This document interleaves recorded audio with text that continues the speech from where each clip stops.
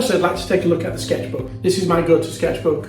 It's an A5 hard-backed sketchbook. I like a sketchbook that can lay flat as much as possible. I like the kind of drawings to kind of bleed across. So what I encourage you is when you get your sketchbook is don't just think about the left hand side or the right hand side.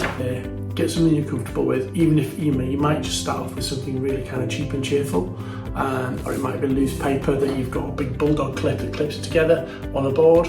So just make sure that the actual paper that you're working onto is actually suitable for the materials that you're working with. Something like this book here is a straightforward cartridge. Now, cartridge paper is good for anything. It'll take both pen and pencil really well. And if you add water to that, it's going to get a little bend, for instance. So this is a watercolour book. If you're working with watercolour, you need something that's quite thick. Right paper for the job is important. Think about your materials and think about your media at the same time. As a general rule, the thicker the paper, the more able it is to cope with what you're throwing at it. Landscape is that way, portrait that way. Quite straightforward. Portrait face, landscape scene. So it's about understanding the composition of your sketch on the actual page itself. Landscape is really good. They're great when you want to create something that is long and panoramic. It also does work, of course, for super, that was a skyscraper.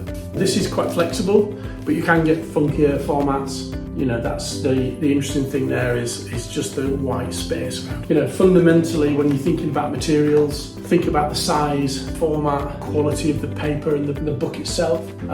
Whether you want something with wire across the top or down the side, or there are even really interesting format books out there with different types of paper. So.